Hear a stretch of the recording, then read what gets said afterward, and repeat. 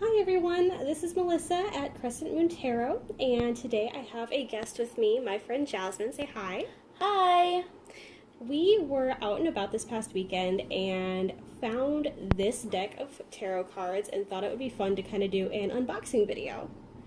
Especially since it was found in kind of not a very typical place, I guess you could say. It was a little unexpected, yeah. Yeah, I know whenever I think of tarot, I don't think of finding it at novelty stores or anything like that. At least not anything, of quality, I guess you could say. We found this tarot deck at Spirit Halloween, and it was going for $7.99 plus tax. I don't know if that's showing up really good. Hopefully that will focus in, but it was $7.99 plus tax. And at that point, I just kind of went, all right, obviously I have to have this. It's kind of a bargain. And so she caught sight of it first. Well, at first we found the pink deck. The pink deck, yes, which was mixed in with all, the costumes and, the gypsy kind of stuff. So it kind of gave off the air of prop. Of not being a real deck of cards. And yeah. We opened up the box and just looked at the first card. We saw that this was a legit deck. And, it's got all 78 cards. It's got the major arcana, the minor arcana. And it was pink and swirly and really girly. It was almost like Barbie pink. It was, yeah, the whole box and everything was very Barbie pink. And I remember Melissa caught sight of it. It was hanging on the wall. Clearly it has a little thing on it. But she flipped it over because she sees anything tarot and she's all over it. But she flipped it over, and as you can see, it has the full deck, and she was super surprised by that. She wasn't expecting it. And so that's what prompted us to open up that pink deck, which this one ended up being the same. It was just categorized under, I guess you'd call it house decor. It was with the home goods. It was by the tablecloths and the signs and the throw pillows. Mm-hmm. But I liked the blue better because it's stars and constellations. But based on just looking at the first card in the deck, and I didn't go any further than that because I wanted to do this unboxing. So based on the first card, it looked like the decks were pretty identical. The back of the box was the same. Mm-hmm. The front of the box was the same. It just looked like the card backing art was a little bit different. So without further ado, I want to get into this box and look at the cards and see the art and see what the card stock is like. Yeah, I'm definitely anxious to see that as well. We both ended up getting this deck. I ended up getting one too, so I haven't opened mine much except to make sure that it was the same thing. Okay, so there's a cute little card box inside this paper case that was hanging on the rack. That's trash. Bye-bye. But this is a really nice, it's kind of heavy. It's a really nice case, actually. It's really smooth, and it does say Spirit Tarot cards on it, both front and back. It's got some logo information, some, what does it say? Warning for novelty purposes only, so don't do anything crazy with it. Don't give it to your kids to put in their mouth. There you go. Don't let your children put this in their mouths. That's probably a bit of a health hazard. Maybe just a wee bit. Want to take the lid off? Yeah. It didn't really fit in there that tightly, did it? No, it is very, very loose. So I would say, if you're going to travel with it, just make sure that you have it secured in some way, lest your deck goes flying, which we do not want to happen. Oh, this is really interesting. The deck doesn't start with the Fool. No? It's Queen of Wands. I wonder, because I know that when my other decks, when I got them, they were in order. Yeah, and the first card is always the Fool. Mm-hmm. So I wonder if that means...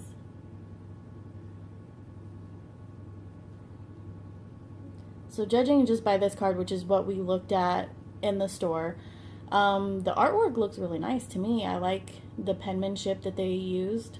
I think the artwork looks really unique and is colorful. Yeah, Lilith.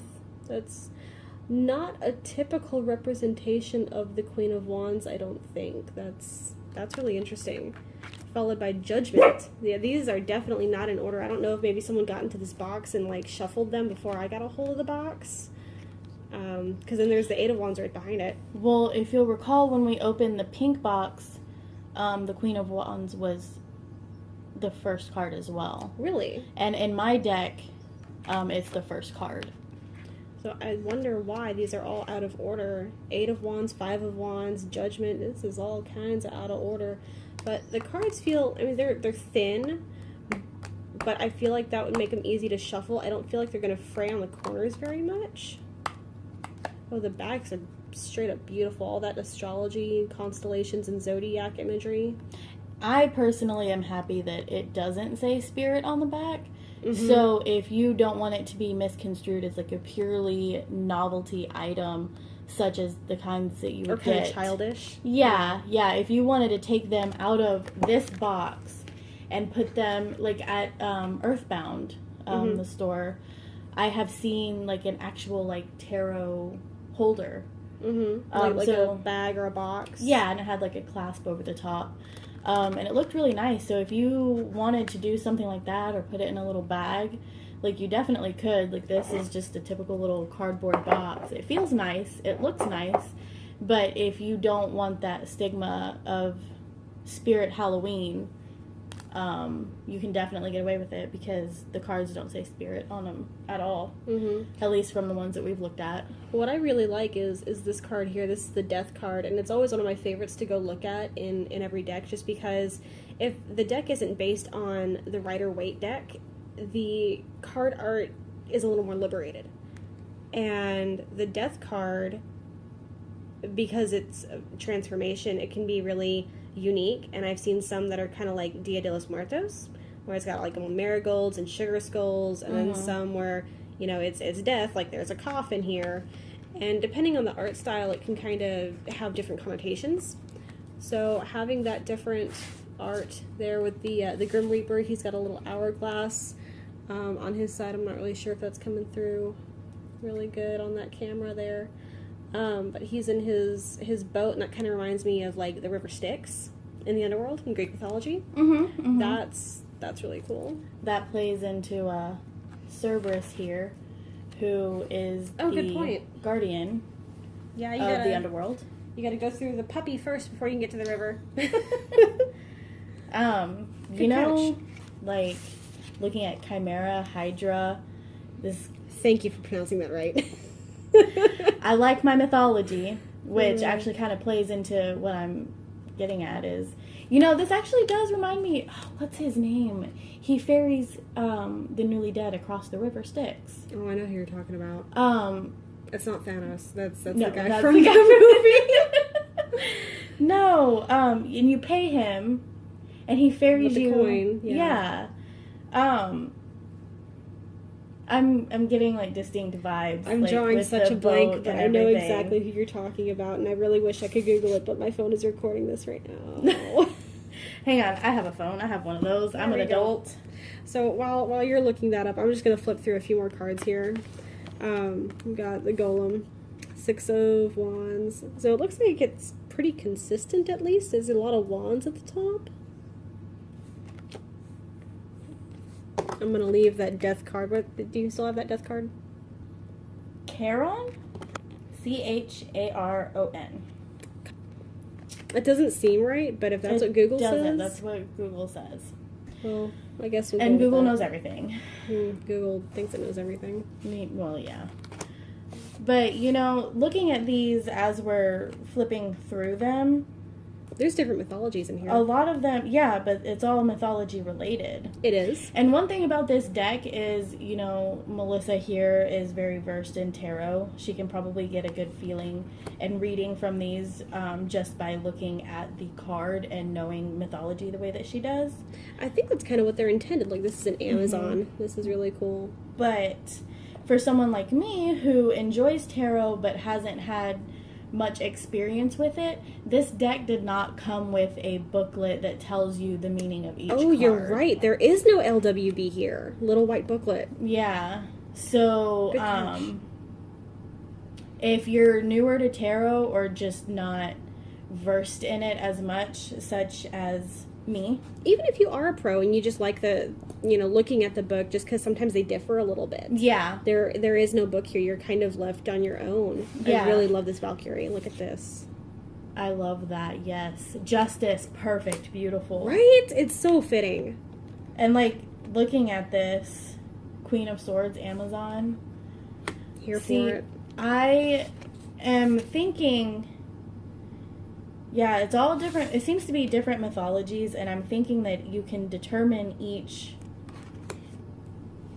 card's meaning based on mythology. And if you're not familiar with mythology, I mean, it's easy. Google a Sphinx.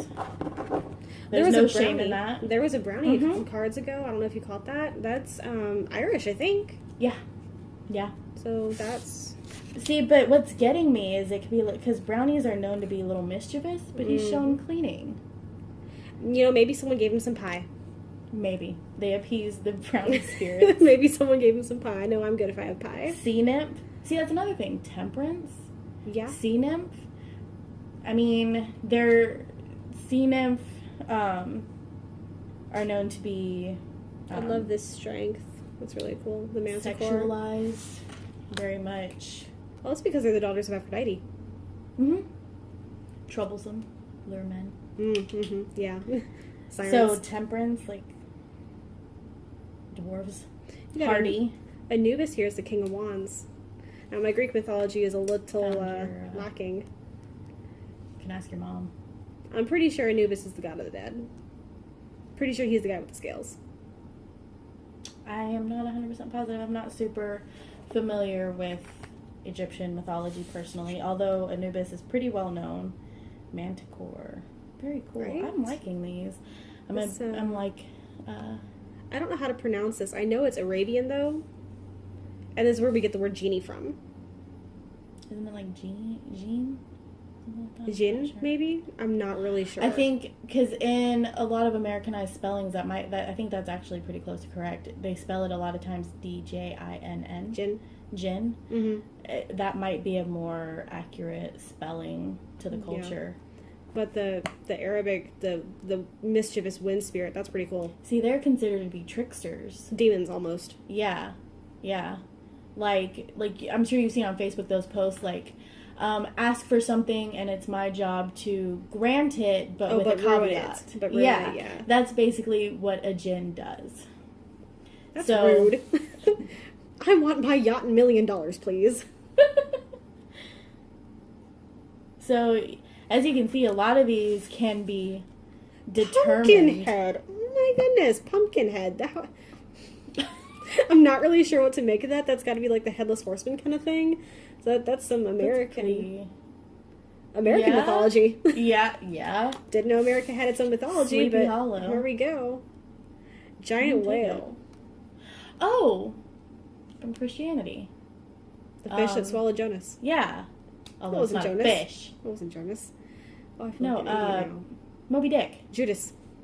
Oh, see, I'm thinking Moby Dick because literary over. Moby Dick works. Orc, I don't think that's any kind World of mythology. World of Warcraft. Is he green or red? Oh, no, he's green. Fell orc. Sorry. She's imparted geeky lore onto me.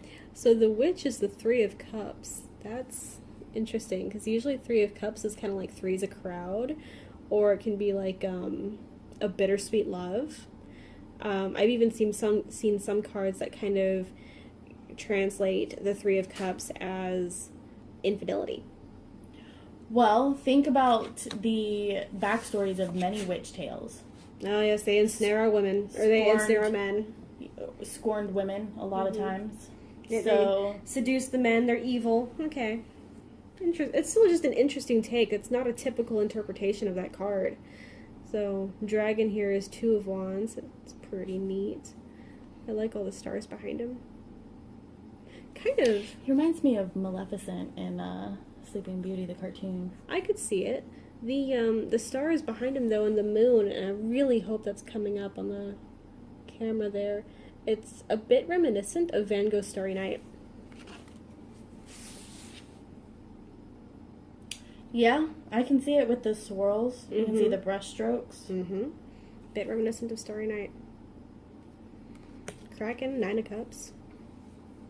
Pretty neat. Release the Kraken. That's usually like pirate mythology. Well, 8 of Cups is a pirate. So... Okay. And that fits with the water theme. Cups is water. 2 of Cups is a unicorn. Oh, that's Jasmine's favorite. And it's pink, of course. It's perfect and beautiful, and we love it. my first deck that I mentioned earlier, and my absolute favorite main deck is the unicorn deck. For any major tarot fan girls or boys out there. I think we can find a link to that, can't we? Put it in the description. The unicorn deck. Yeah. Jasmine's favorite deck. It's my go-to deck for anything. Continuing with the water theme, we've got Nessie. Like that. Nessie is the 7 of Cups.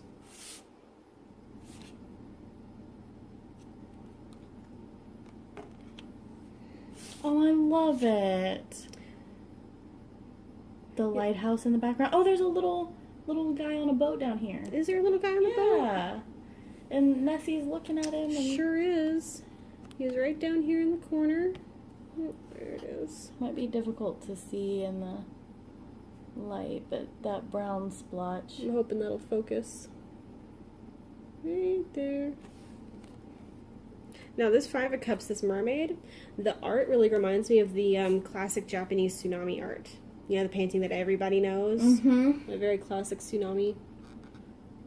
I love water in paintings. Like, it takes skill to make it look like water and not blue mountains. Good point. That's what Bob Ross is for. Mm-hmm. Bob Ross helps us with our water and our mountains. Oh, echidna. Related to Medusa. Snake people. Good times. We got a With satyr. mythology. Page of Cups. That's I wonder interesting. if there's nymphs. Oh, would you pass nymphs? Well, there's sea nymphs. Satyrs are known more for forest nymphs. They're They're usually with the forest nymphs. Yeah, so for him to be in the cups, that's kind of odd. I think, 5 of cups. Oh, yeah, the cups has been water themed so far. I know has. there was, the Pentacles has an elf, so I would have thought he would have fit in with the... Pentacles is traditionally earth. So that is odd. I don't know if maybe that's a misprint. You'll have to check your deck when you get home. Yeah, I definitely will, because now I'm curious. I need to know. Yeah, I feel you. Ace of Wands, Salamander. Also, I would like to point out, like, the boundary, the border that it has around the picture. I really like how it has that rustic, like, parchment look. That is really cool. And I really like that a lot. something else I've noticed, keep that card up here.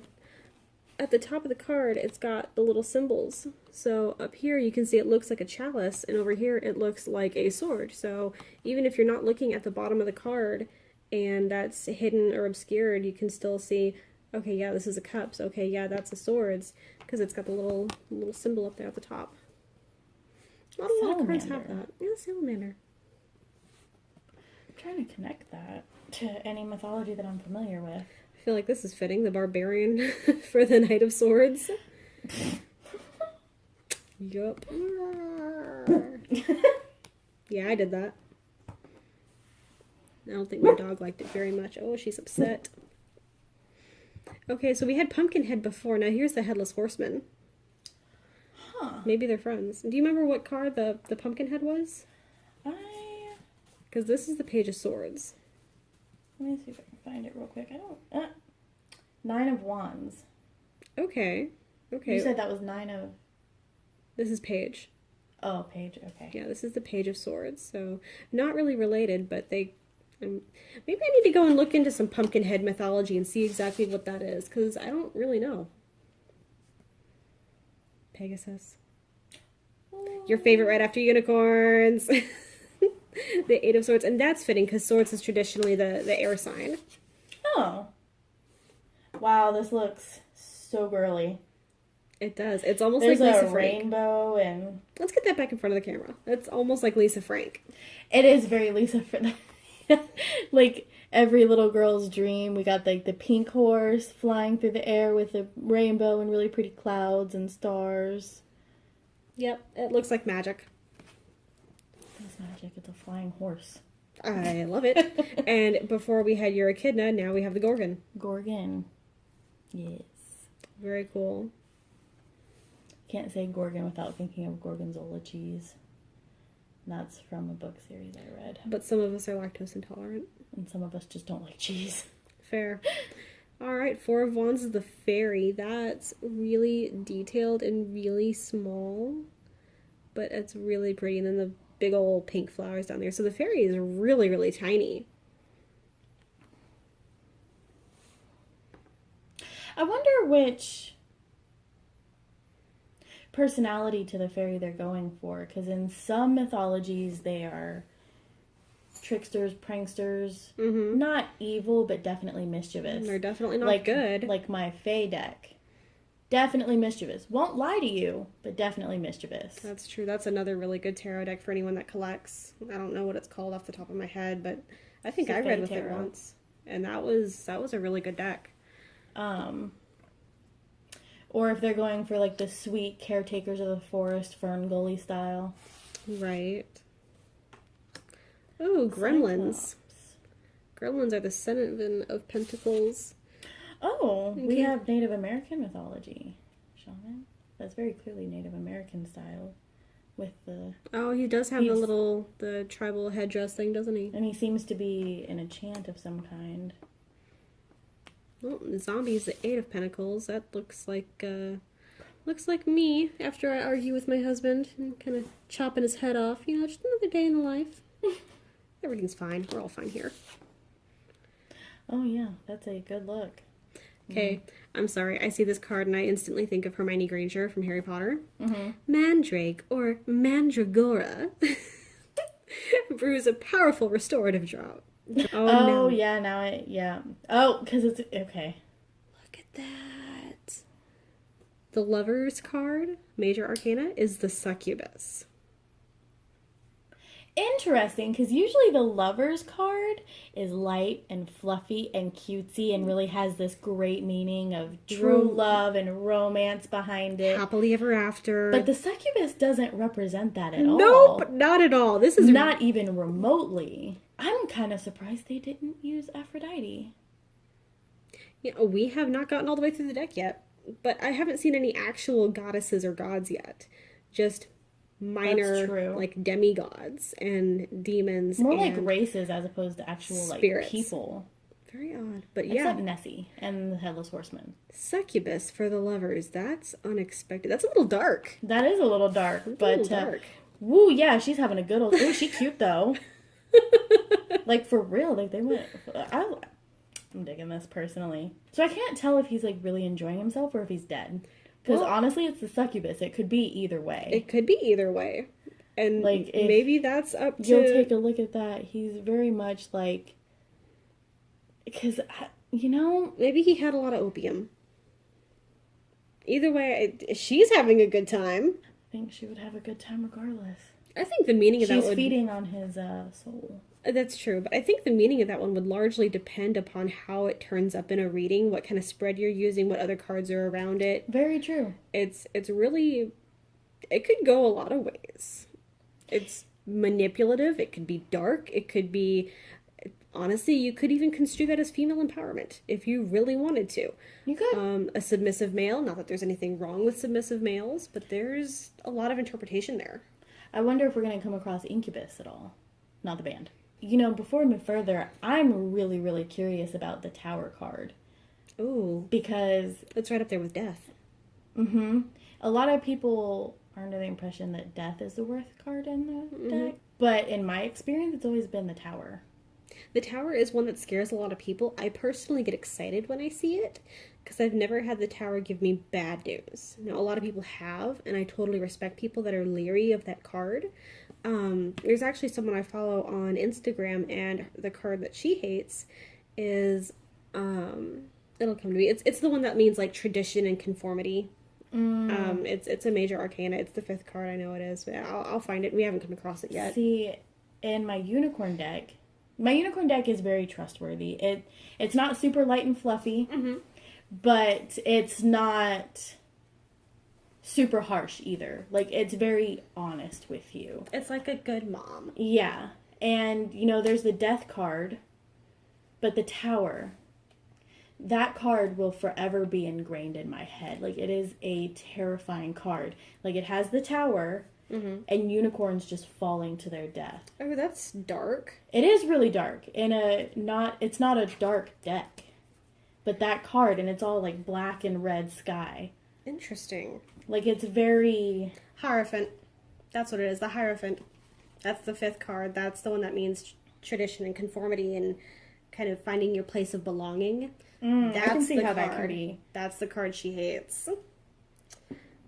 Just a real quick, interesting little juxtaposition here. I found my my Enchanted World Tarot by Amy Zerner. Just to kind of show you real quick, this is my favorite deck. It's the one I read with the most. It's the one I'm most familiar with. This was my first deck. So you see here, you got the couple at the top, and then you have, you know, the woman down at the bottom, and she could either be interpreted as, you know, watching lustily or watching jealously. So it's a large departure, and also kind of the size difference here. Yeah. The Enchanted World Tarot deck is a small deck. It's about the size of a traditional playing card deck. It's slightly smaller even. And this tarot deck here from Spirit is a regular tarot size. So my recollection of the tower card of my unicorn deck was way off. But the idea is still generally the same. And I'll show that to you real quick. And for some reason that is terrifying to me. Let's see. Oh, that will kind of show up there. The tower itself is the unicorn, and its horn is splintering. Yeah. So my recollection is why we're trying our best here. Technology, guys. But yeah, this is the tower card of my main deck, and it's unicorn tower being struck by lightning, dead trees, and people literally falling to their death. That's like I said, like, it's kind of terrifying. Yeah. So like that's not a card that I like to get in my pulls, and I think I've only pulled it once. I don't think I'd like to see that either. Now, the Seven of Swords is a cannibal, and he's like a giant. He's very large, and he's got like a really small man there in his hand. Jack and the Beanstalk. Jack and the Beanstalk. And grind your bones to make my bread. We've got some... Can we just talk about the face that the sheep is making, though? Like, haha, you're being eaten for once and not me. This is wonderful. Like, that sheep is all about it. He is so sassy, and he's like, na na na na na na. I love it so much. Sassy sheep. Now, here's another mythology that we haven't quite seen yet. Quetzalcoatl.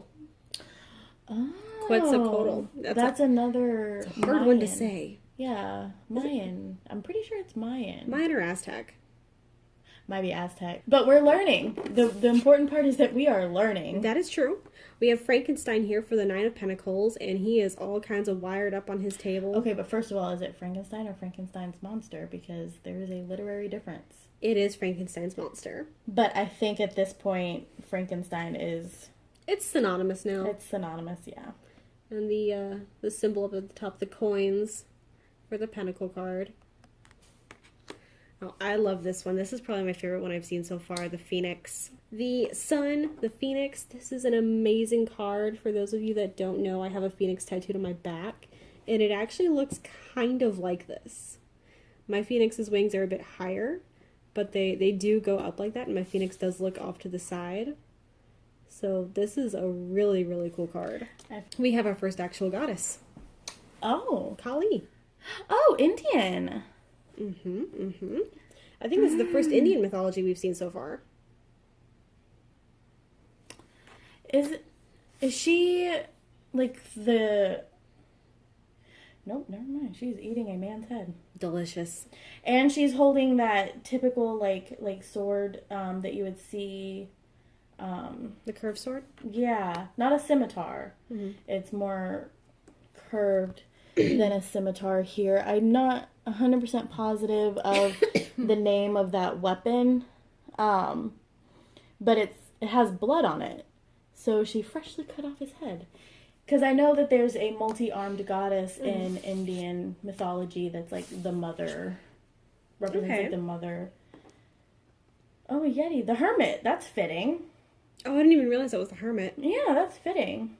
That is really cool. Four of Cups is the ghoul.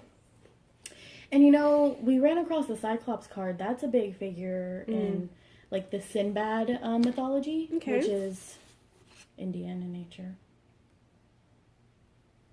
Four of Swords is the vampire. Ooh. Oh, I wonder if we're gonna run into some werewolves. We haven't yet, but there's still a brief interlude because my phone died and we are back now. Yay! So, the tower is the gargoyle. The tower is the one you were curious about. Yes, and that is fitting considering where do most gargoyles sit? Churches. In the tower. At the top of the church, regardless. And then they turn from stone into a living thing and eat things. People, mostly. Oh, that's sweet. That was a minotaur was the Two of Pentacles, and then a centaur is the Chariot. So they're kind of cousins there, aren't they? Kind of neat. Yeah. King of Swords is a Viking. I'm digging that. I'm really digging that. They are known for their battle mastery. That's true. I really like his giant sword, which is, again, fitting. Yep. Bigger the weapon, the better off you were. Now, this is not your typical Harry Potter basilisk. This is kind of the classic one where it's the winged snake, chicken, creepy demon thing. This is not just simply a giant snake. Huh. I've never seen a basilisk represented that way. It's the Greek one. Really? I believe it's Greek, yes. Could be Roman mythology. In The Witcher, I think they do represent it that way. So we had a fairy before. Now we have a tooth fairy, which is the star, wishes, and dreams. American. Really cute. So we had a witch earlier. Now the warlock is the magician, which part of me wants to say that's just lazy card design, making the magician the warlock. That's kind of synonymous a little bit. Yeah. But it is interesting nonetheless. Now, I'm curious. I mean, it's kind of an offensive... Well, could be misconstrued as an offensive, too, because the magician, in my experience, is usually portrayed or meant to be like a trickster type of card. And see, I don't see it that way at all. He's very action-driven from the way I've seen it, and he's very much a go-getter, and he, just from my experience, he is very active. A forward momentum. There is a lot of just moving forward, progress being made, kind of chasing after your dreams. And so the warlock usually has a kind of negative connotation. Yeah. Typically warlocks make deals with demons, or they get their power from an external source. Kind of like witches. There's some kind of a bit bias and stereotype behind it. Yeah. Yes. Now, what I find really interesting about this card is the magician typically has a table in front of him, and he has symbols of the four elements. He usually has a chalice, a candle, maybe some incense to represent air, and like a plant or something for earth, and that's not really seen here. He's got fire and a sword. Oh, there does seem to be some kind of eclipse thing going on up here in the corner. The moon and the sun are overlapping. It's also a typical sign of witchy type things, the sun and the moon. Change and progress. Shifts in energy, but harpy. Harpy? Yeah, it was a harpy. Really cool, right? No, this is legit terrifying. This is the devil card. It's a demon. And he's got like a big gaping maw right in his middle, a tail. There's a couple extra eyes. There looks like there's some mouths on his hands. This is just legit terrifying.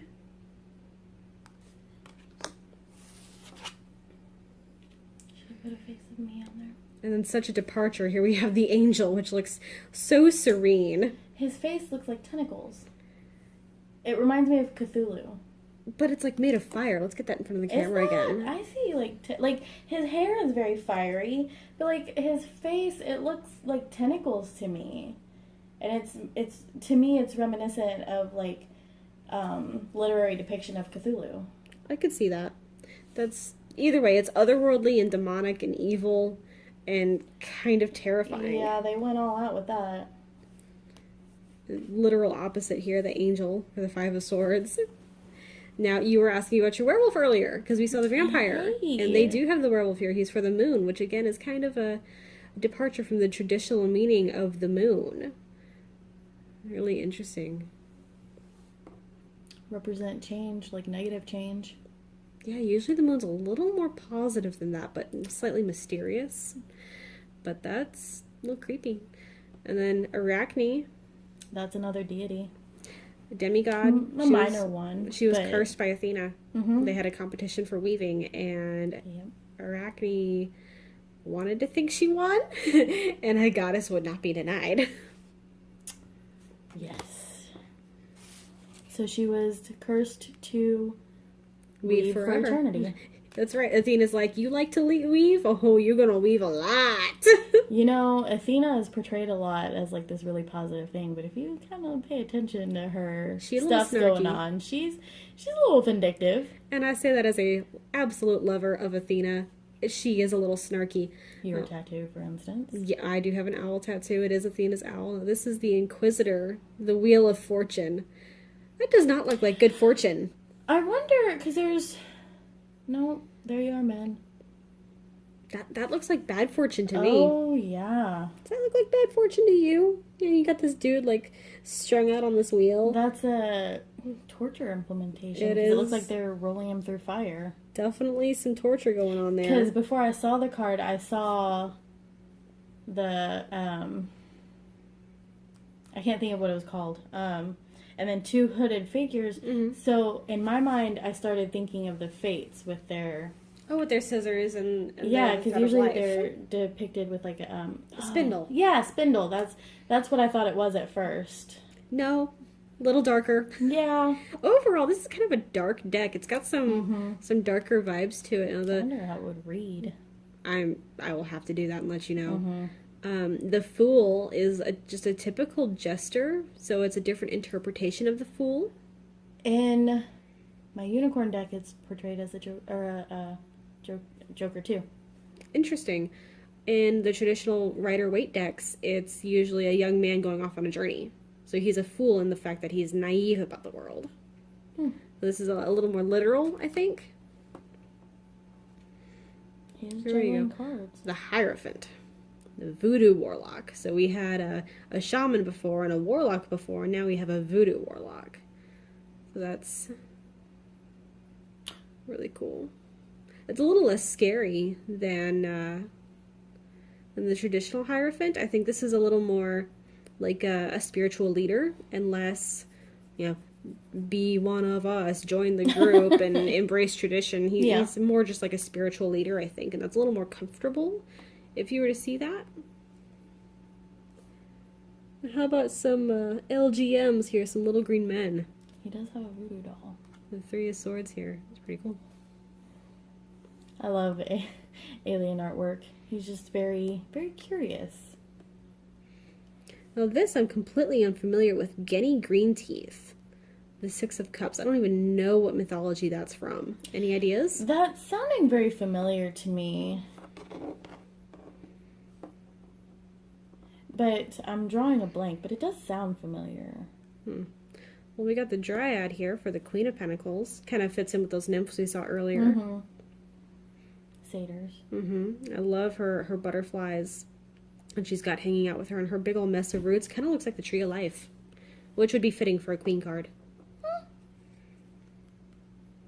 I like that card a lot.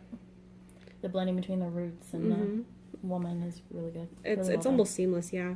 Well, this Hanged Man with the Imp, he looks more like a traditional demon with like the red and the scaly and the tail.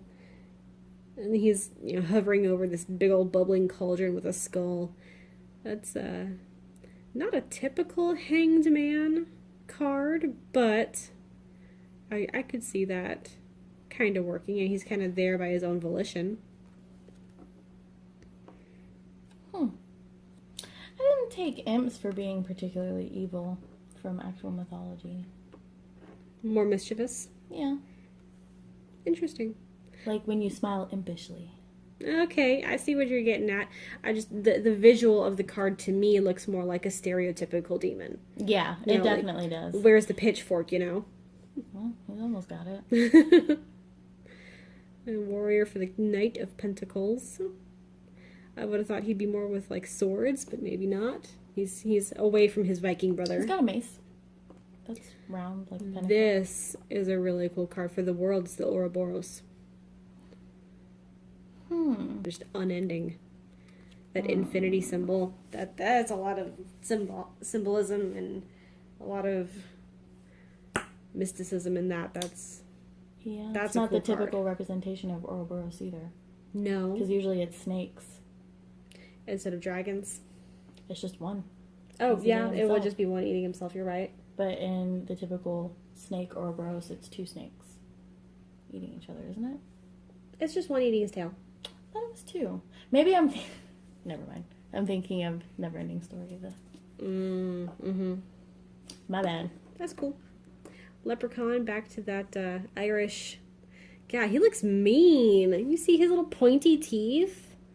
I would not want to meet him in a dark alley. It's like that cheesy horror movie, The Leprechaun.